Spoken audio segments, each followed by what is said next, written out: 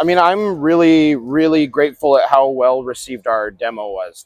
That I don't think was very good, like in retrospect.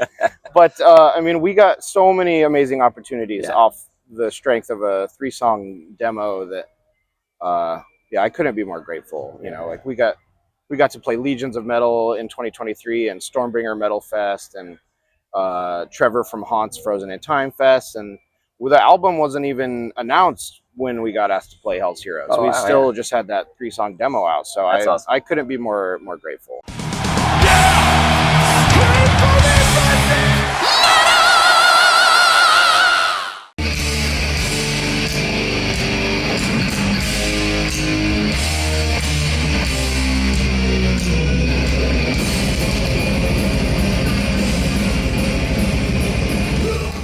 Avery, good seeing you, sir. Yeah, pleasure, man. Day 2 of Hell's Heroes. You got to play yesterday. You are tired today. Yeah, a little bit.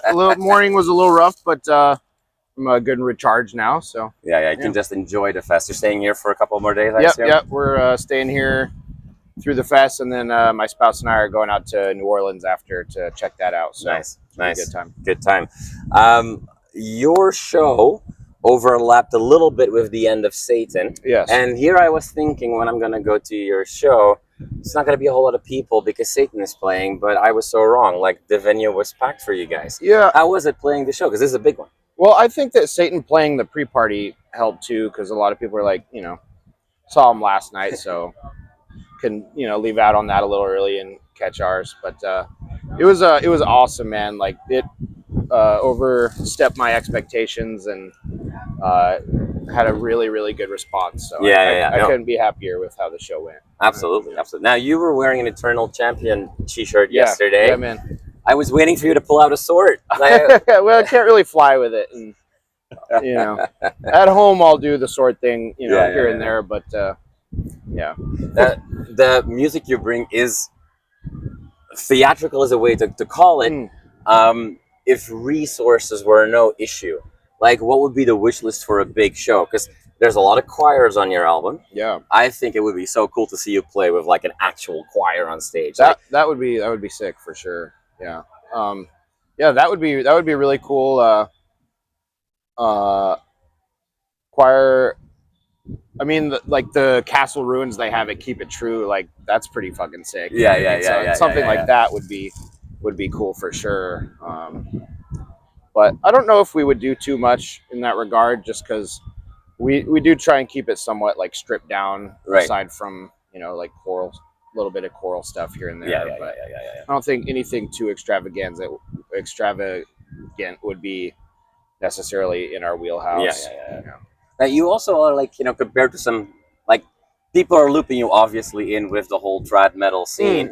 But you guys, for quote unquote for a trad metal band, you can be surprisingly heavy as well. Both on the album, but also the set last night. Like, there's moments that you guys are almost like flirting with even some death metal power there. Is that conscious that you want it to be a little different? So that's going to come from our guitar player Devin and our drummer Dan, who are both like real big into like a lot of that like early technical stuff, like Atheist and and Defeated Sanity and stuff like that. So the death metal influence is gonna slip in here and there.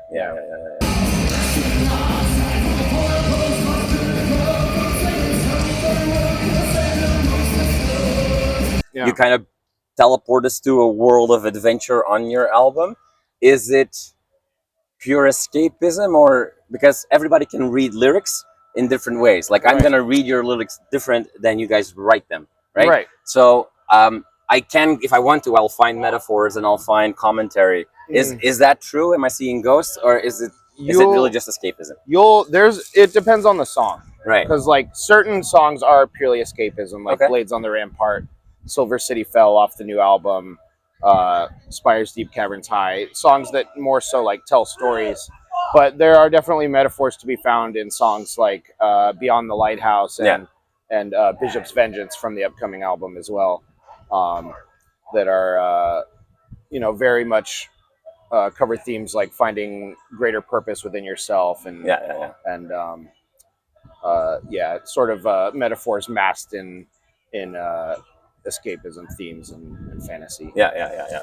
I mean, you guys are bringing music that you make music for kids that were told in school they would never be cool in a way. You know? Right. and we're at the celebration of that really here at Hell's Heroes. Amazing. And there's more of these smaller fests popping up with trad metal, with power metal. For sure. But obviously we know that there's not a Hell's Heroes every day. Right. Do you guys, as you know, come from Colorado, a state with a lot of rock music, a good tradition? Have you felt that pressure to?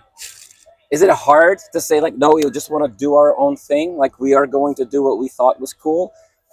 Is it hard to withstand the pressure, if you will, of making something that would be more radio friendly, if you will?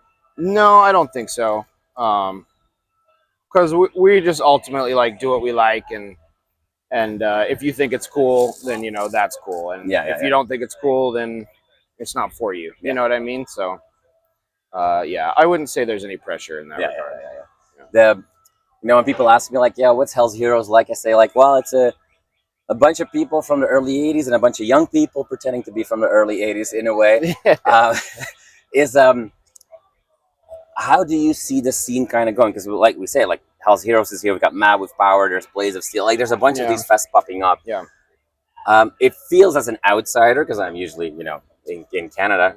It feels like they're like traditional metal, power metal today versus 10 years ago is on the rise. Is that true? Or? Oh, yeah, 100%. Yeah. And I mean, I think it really hit a huge spike around 2015, 2016, when Visigoth put out The Revenant King and Eternal Champion put out Armor of Ire. Yeah. Like following those two releases was a huge influx of traditional metal.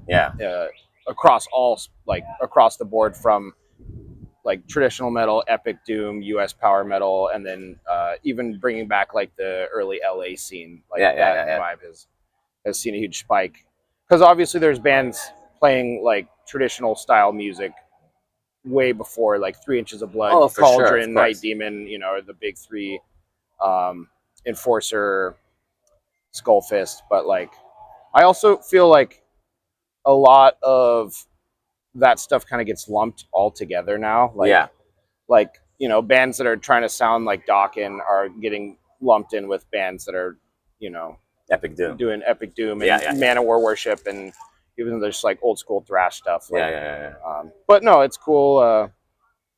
But yeah, it's definitely seen a huge resurgence following those two releases. Have been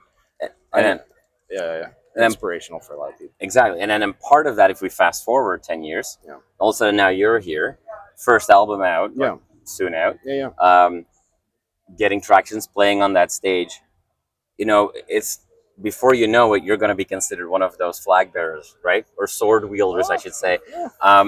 Does that, like, it's all of a sudden it went pretty fast. Like, do you like take time to take a step back and really appreciate it, that not every band that started when you started gets to play on these festivals? And I mean, I'm really, really grateful at how well received our demo was. That I don't think was very good, like in retrospect. But I mean, we got so many amazing opportunities off the strength of a 3-song demo that I couldn't be more grateful. Like we got to play Legions of Metal in 2023 and Stormbringer Metal Fest, and Trevor from Haunt's Frozen in Time Fest, and the album wasn't even announced when we got asked to play Hell's Heroes. We still just had that 3-song demo out, so awesome. I couldn't be more grateful.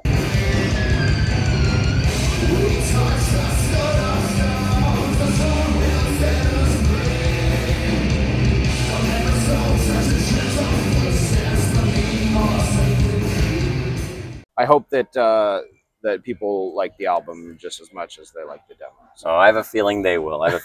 Avery, it was so nice to talk to you. Thank you so much for your time. And you're now not only part of a scene, but you're spearheading a scene. So get ready for it in a few years that people say in an interview with me, like, what really inspired me was this album by Chamber Mage. Well, if that's the case, then I'm eternally grateful. There you go. That's also a cool band name, Eternally Grateful. I don't know. Yeah, that would be pretty cool.